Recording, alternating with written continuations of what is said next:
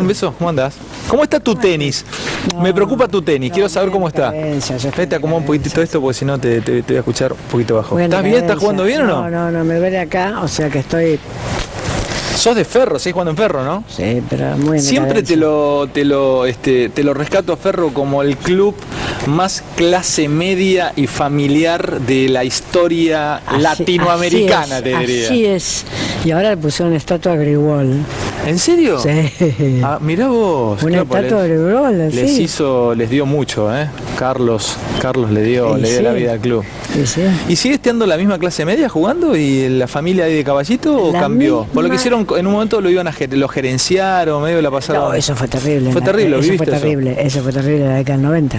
Eso casi mandó el club a la lona, pero absolutamente. ¿Fue en la década del 90 eso? Evangelista. Ah, mira vos. Evangelista. Ahora yo tengo la impresión de que es algo que es filo kirchnerista, el presidente actual. El que está ahora. Esa es mi impresión.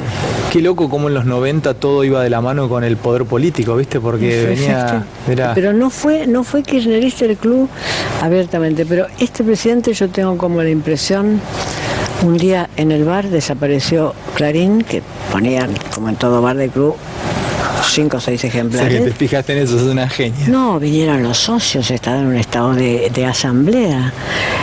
En un sábado a la mañana, imagínate, entraron al bar, hicieron así y encontraron página 12. ¿En el bar? En el bar. Los socios salieron en manifestación por Caballito y se volvieron con 20 ejemplares de Clarín. No te lo puedo creer. Te juro por Dios. Son cosas de club. Yo estaba entrando a la pileta, me pararon y me dijeron, ¿no sabes lo que ha pasado? Y yo dije, que para que haya una bomba atómica en la cancha, no tenemos más canchas. No, sacaron Clarín.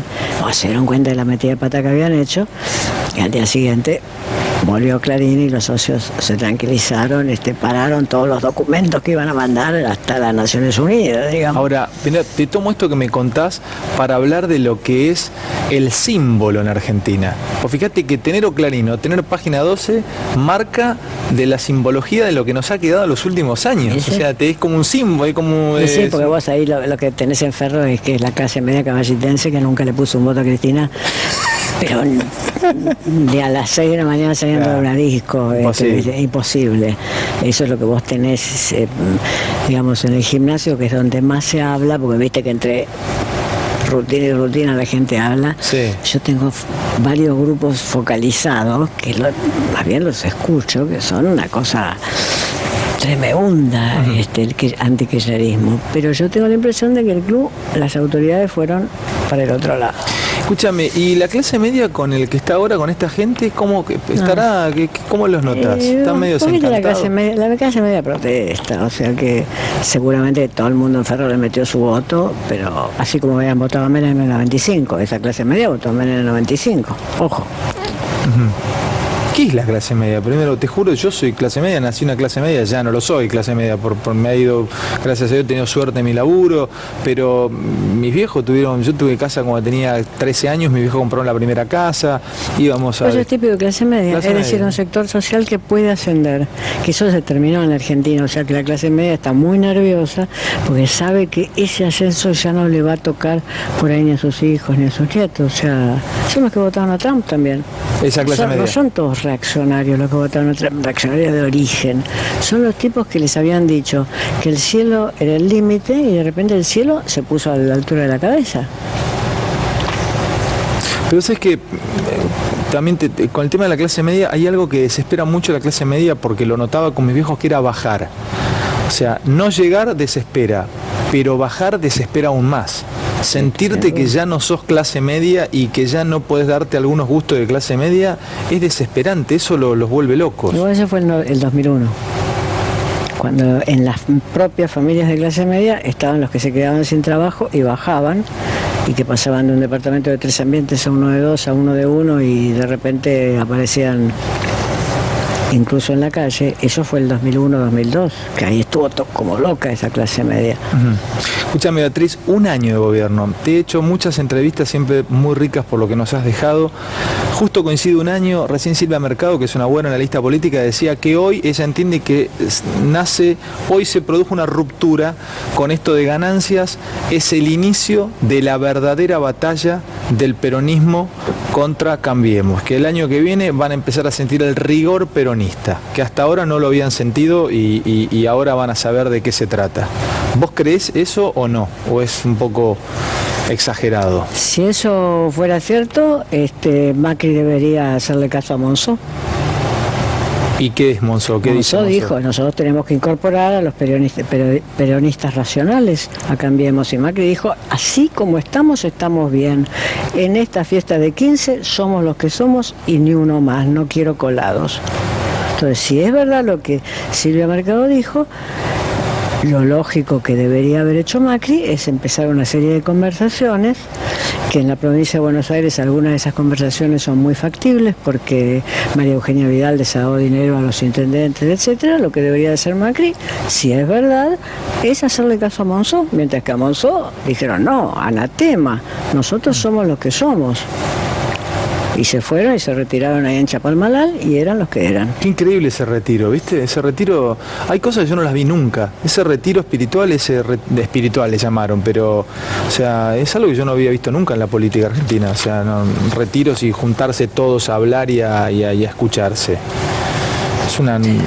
Son costumbres, ¿viste? No, yo tampoco nunca lo vi, pero no me parece que eso sea lo importante. Lo importante es cuáles son las conclusiones que se sacan, es decir, el último discurso que hizo Macri en ese retiro fue precisamente este que yo te digo, nosotros vamos a seguir los que somos acá. Los que somos quiere decir gente que viene del corazón de PRO y los radicales que se puedan colgar, que es eso los que somos para Macri. Escúchame, y viste que te he leído en algunas notas que te han hecho, siempre, te has definido el peronismo de una manera que muchos lo han definido, que el peronismo se alinea detrás del poder.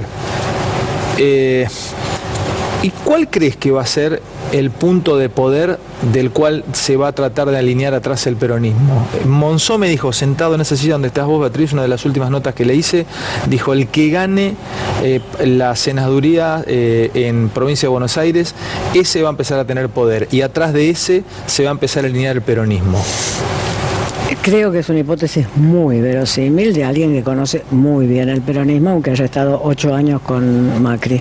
Creo que es una hipótesis muy verosímil por el peso electoral que tiene la provincia de Buenos Aires y por lo que significaría en provincia de Buenos Aires que haya un peronista, ya sea Massa, que vuelve al peronismo, ya sea otro, que le gane la elección a quien designe María Eugenia Vidal en la senaduría.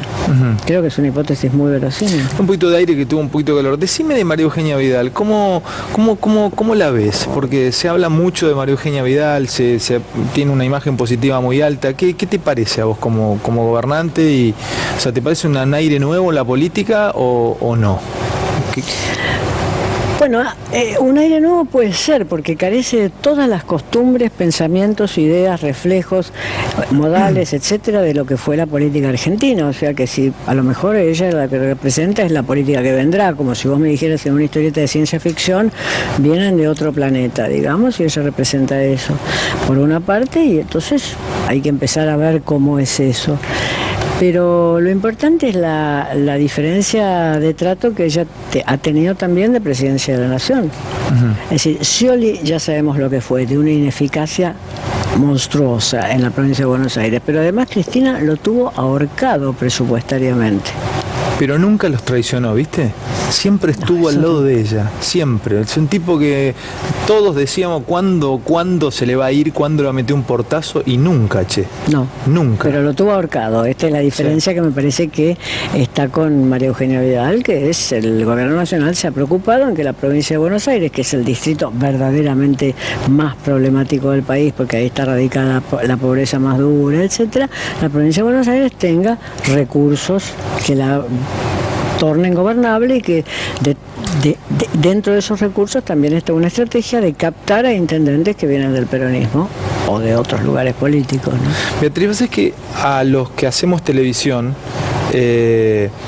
Ya no, pero antes había programas que te pasaban los archivos de lo que uno había dicho. Entonces, claro, lo que uno decía en el 2001, 2007, difería de lo que podías decir en el 2013, 2014. Y te dejaban expuesto, sobre todo a nosotros, yo que vengo del periodismo deportivo, vos decías una cosa a un jugador de fútbol, y ese jugador de fútbol a los 4 años la rompía toda, jugaba muy bien y te sacaba, mirá lo que, pero lo dije hace 4 años, analizo una película, no una foto. Yo no sé qué pasa con ustedes, con los intelectuales o los que escriben. El inicio de La audacia y el cálculo, uno de tus libros de los últimos tiempos, en la época kirchnerista, vos iniciabas, una de las primeras frases es: el kirchnerismo ganó la batalla cultural. Entonces, ahora ya, al 2017, esa batalla cultural que ganó el kirchnerismo, ¿la ganó y perduró ese triunfo cultural, o ganó y después ese triunfo se diluyó y la perdieron? ¿Y qué es ganar la batalla cultural?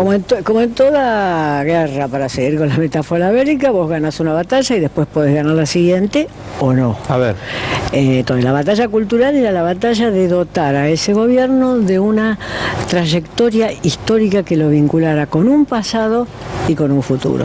Este gobierno es como si hubiera nacido de un huevo de Pascua.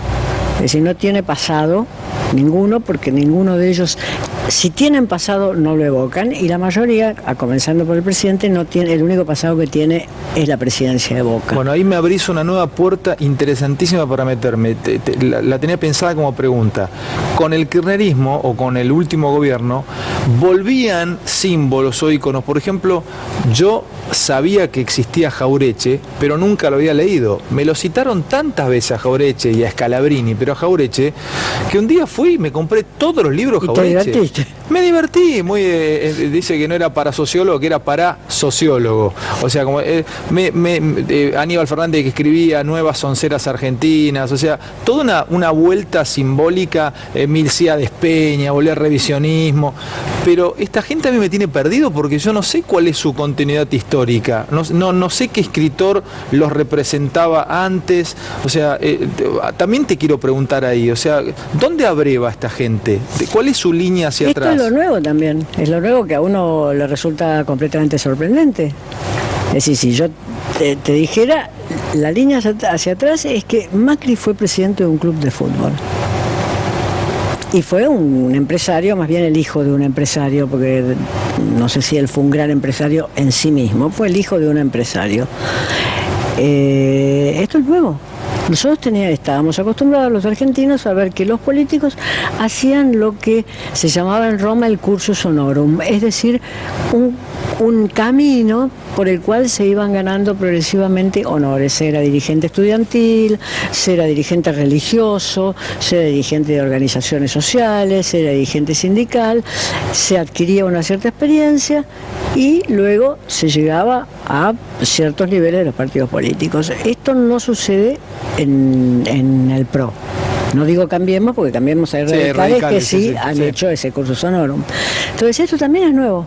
Nosotros tenemos que, cuando decimos esta es la nueva política, y a lo mejor es la política del futuro, es porque estamos diciendo esto. ¿Trump es eso también? No. Trump también es eso, carece de todo antecedente político. Él es un empresario exitoso que construye unas torres que no todos los arquitectos les parecen maravillosas, sino por el contrario, punto. No pasó por tener un equipo de fútbol americano, ni un equipo de la NBA, pero es así. O sea que no se desconoce, no tienen un pasado, no le puedes seguir el rastro hacia atrás para saber cómo van a accionar en el futuro. No tienen un pasado. Según el periodismo norteamericano, el director realmente de la campaña de Trump fue su yerno, que tiene 37 años, y que es su primera también para el yerno, que fue el director de campaña, también fue su primera incursión en la política. Ahora, ni siquiera les podemos sacar las fichas, Beatriz, desde dónde estudiaron, porque en Francia, Hollande, Sarkozy no, pero viene de la Escuela de Administración. La Escuela Nacional de Administración, En Inglaterra vos sabés que los conservadores vienen todos de Oxford o de Cambridge. Sí, señor. Bueno, Estados Unidos está más repartido, ¿no? Pero acá son de Newman. Pero yo no sé cuál es la idea o el concepto, la línea Es un colegio secundario, de todas maneras, llega hasta ahí Newman. Sí, no es un colegio secundario sí, que pero te dicen, entre ellos se lo dicen golpeándose el pecho, somos Newman Boys. Son todos, o sea, Dietrich es de Newman, sí, Mauricio pero quiero de Newman, decir, Caputo es un colegio secundario en el sentido que no tiene la trascendencia que puede ser que todos los primeros ministros del Partido Conservador británico, todos los primeros ministros fueron Oxbridge, o sea, sí, o Oxford o Cambridge. Pero eso no, Newman no tiene esa trascendencia, es un colegio de élite, tampoco es el gran colegio de élite, yo creo que más marca debe dejar algunos de los colegios como El Salvador, más marca, digamos, debe dejar eso, pero es un colegio secundario. Digo, para hacer una comparación con un colegio público, el Nacional Buenos Aires deja una marca muy fuerte en quienes son sus graduados. Claro. Todos los graduados del Nacional Buenos Aires todavía dicen el colegio en vez de decir el Colegio Nacional Buenos Aires, como si fuera el único colegio, y tiene una marca muy fuerte de pertenencia. Yo creo que Newman ni siquiera podría decir eso. Ahora, son todos gente rica que se ha criado junta, eso también crea lazos. Nacional Buenos Aires, algunos son hijos de psicoanalistas, los otros son hijos de médicos, los otros son hijos de empresarios, no necesariamente eso te mete dentro de la clase dominante argentina. Yo otra cosa, ¿por qué se ha tornado, no sé si tenés una explicación o me puedes ensayar una mirada de por qué en el último tiempo lo político es casi religioso en Argentina? Si yo critico a un K o critico a Macri, del otro lado hay gente que se siente que le escupimos un símbolo religioso, le escupimos la cruz o su libro religioso.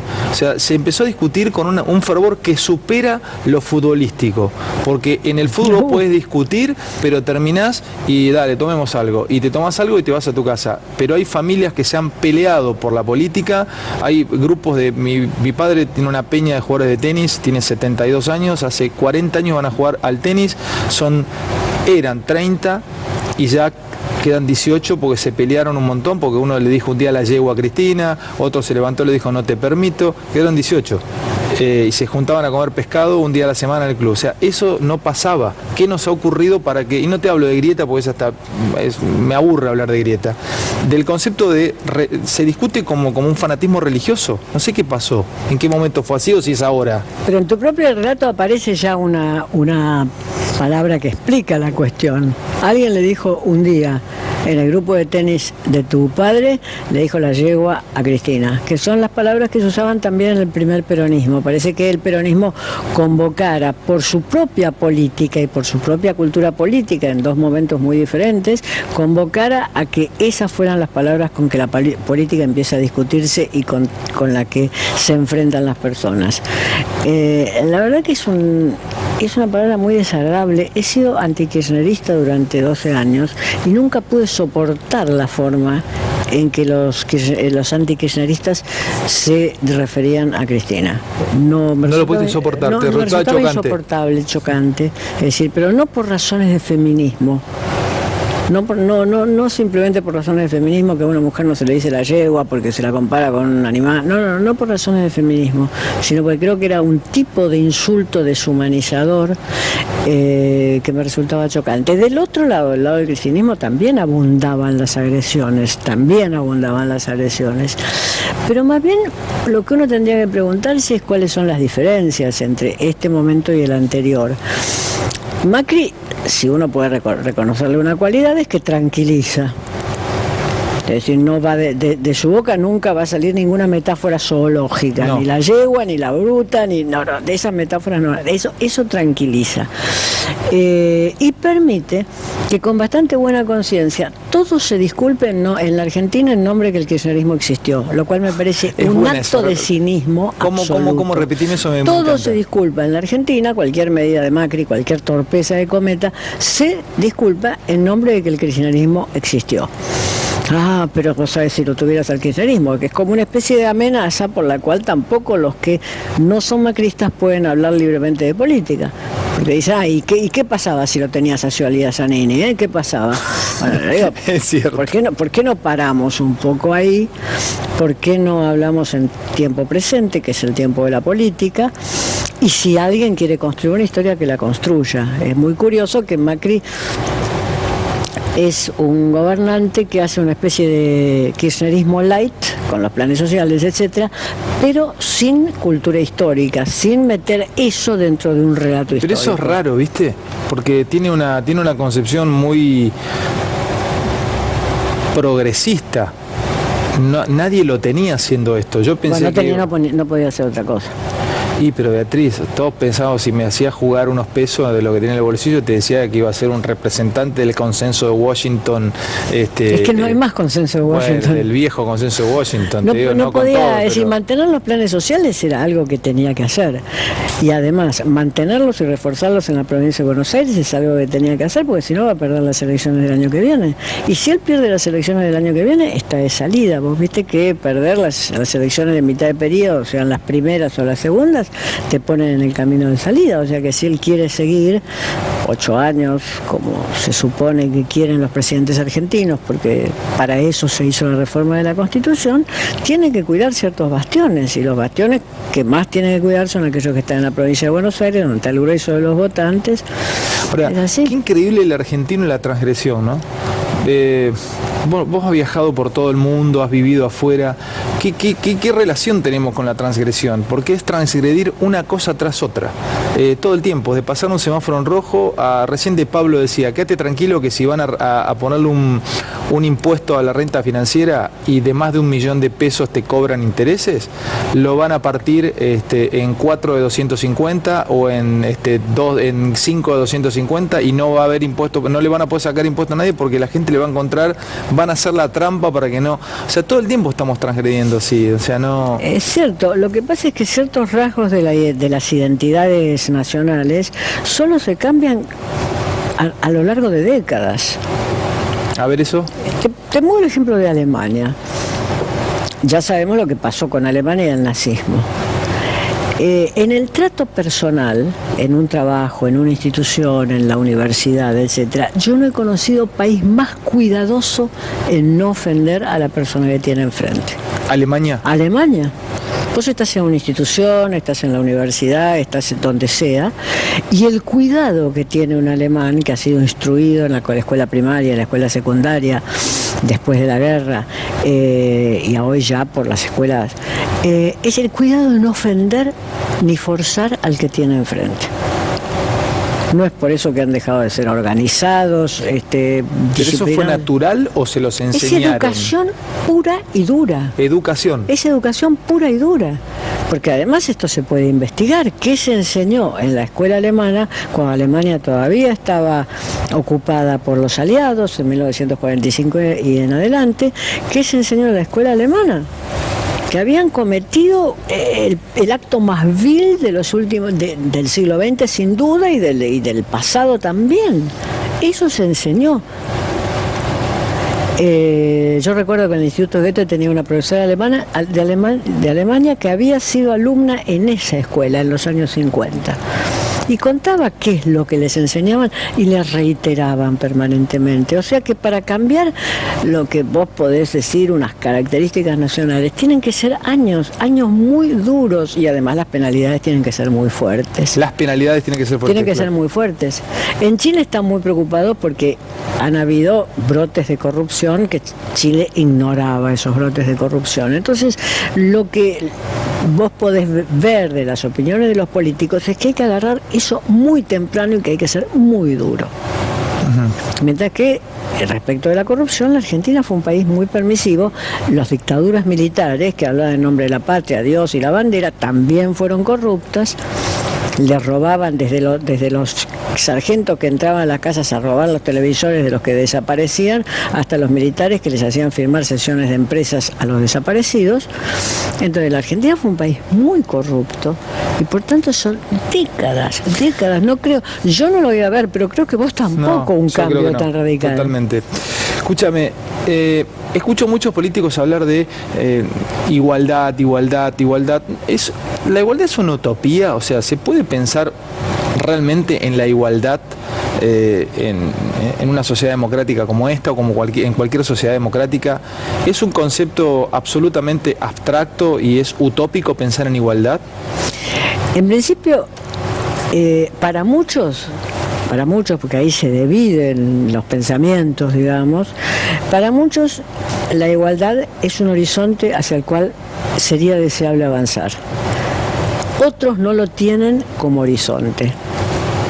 Te voy a poner el ejemplo del concepto de felicidad que desarrolla Macri. Hay toda una línea de quienes han hablado de felicidad, que empieza en Thomas Jefferson, el primer constitucionalista norteamericano, que sostiene que la felicidad es posible si el Estado sienta las condiciones en las cuales cada uno pueda realizarla. Eso definía Thomas Jefferson sobre la felicidad. Mientras que Madison decía, no, la felicidad es un derecho, pero que cada uno se las rebusque. Son como dos líneas ahí que hay. Entonces, el concepto de igualdad funciona de ese modo. Para mí, el concepto de igualdad es el horizonte hacia el cual debe moverse la política. O debe moverse la política que a mí me parece justa. Pero hay otras líneas, la de Macri sin duda, donde el concepto de igualdad no existe. Es, digamos, el liberalismo, pero sin ese concepto de igualdad. El liberalismo no te hace igual ante la ley, pero no te hace igual ni piensa que tiene que trabajarse para ser igual ante tus posibilidades reales. Te hace igual ante la ley, pero no ante las posibilidades reales. Para que vos puedas ejercer realmente tu igualdad. En un prime time de televisión como este, como llevamos media hora charlando, yo no puedo perderme, y es un gusto que me lo piden muchos cada vez que venís, y sobre todo en redes sociales, amigos como Hernán Firpo, que debe estar viendo el programa, preguntarte algo de literatura. ¿Por qué constantemente, te lo he preguntado tú también, sobrevuela Saer? Yo leí dos cosas de Saer por vos. Cuando viniste leí El Limonero Real y ahora hace poco leí El Entenado. ¿Por qué Saer? O sea, si bien me termina deslumbrando, pero, o sea, debe haber algo que no, mi intelectualidad no me permite acceder, o sea, o no lo he descubierto. ¿Por qué fue tan grande Saer? Digo, explícamelo o explicáselo a la audiencia, ¿por qué todo el tiempo una persona como vos, un intelectual como vos de Fuste, trae a Saer a la mesa? Los intelectuales que nos dedicamos a la literatura también ejercemos juicios que tienen que ver con nuestros propios gustos. A ver. Y te voy a empezar por el deporte, para que las cosas queden más claras. A vos te puede gustar mucho un jugador de tenis, que yo puedo decir, sí, es un gran jugador, pero a mí me aburre mortalmente verlo jugar. ¿Cierto? Puede ser totalmente, sí, ¿no? Claro. Incluso el jugador puede ganar todos los torneos y a mí me puede seguir aburriendo mortalmente verlo jugar. Sampras. Bueno, y en cambio a mí Sampras me gustaba. Mira vos, a mí me parece aburrido. Pero ahí están las diferencias. Digo que son diferencias también que pueden tener que ver con el gusto, qué es lo que uno busca en un deporte, qué es lo que uno busca en un jugador. Algunos jugadores se libran de ese juicio, supongo, digamos, yo no entiendo de fútbol, pero supongo que un Messi, un Maradona se libran de ese juicio, les gustan a todos, pero después en el tenis yo lo puedo pensar con facilidad. A mí hay grandes jugadores que no me interesan, así como me podés decir, Sampras a mí no me interesa. Entonces, yo creo que con todas las actividades que son extraordinarias, y ahí también pongo ciertas formas del deporte, no todo el deporte, sino algunas formas del deporte, sucede eso. Entonces, algunos de nosotros, los que hemos aprendido literatura y entendemos literatura, pensamos que hacia finales del siglo XX, después de Borges, cuando Borges ya escribe sus últimos libros, pero Borges deja, su obra ya está hecha, digamos, es decir, digamos de mediados de los 60 en adelante. Después de Borges surgen algunos escritores. Yo te nombraría quiénes son para mí los tres grandes que surgen ahí en ese momento del siglo XX, que son Saer, sin duda en primer lugar, Aira y Fowell. Pero sería muy interesante armar una mesa donde otro dijera, no, a mí no me parece eso, que sean Saer, Aira y Fowell. Acordaría con Saer, pero me parece que hay que incorporar a Piglia o que hay que incorporar a un poeta, y yo no estaría de acuerdo. Es decir, porque son ya donde vos elegís. Y donde vos elegís tiene mucho que ver con qué tipo de relación muy intensa, yo te diría relación de deseo estético, que vos ponés en un escritor o en otro. Saer nos gusta sin duda a quienes buscamos en la literatura un principio muy fuerte de resistencia, que las cosas no sean sencillas de primera mano, sino que los libros obligan a un trabajo y que ese trabajo después de realizado, o mientras uno lo realiza, uno lo va aprendiendo y encuentra un placer enorme en realizarlo. Es interesante, y cierro con esto, Beatriz, pero se me hace muy fácil ahora leer un libro con la computadora abierta. Muchas veces he hablado con mi gran amigo que fue Antonio Carrizo. Yo trabajaba en Rivadavia y él me decía que cuando leía algunos libros los leía con 10 o 12 libros abiertos alrededor. Hoy el saber es muy accesible, o sea, entonces no sería fácil hoy leer a saber con una compu, con Google, y cada concepto que no entienda buscarlo. Saber no te exige eso. Si vos me dijiste que leíste Cicatrices. Sí, leí Cicatrices, El Entenado y El Limonero Real. Posiblemente El Entenado te exija más porque es una novela histórica, pero sí. Cicatrices es una historia de un adolescente que está ahí girando por la ciudad de...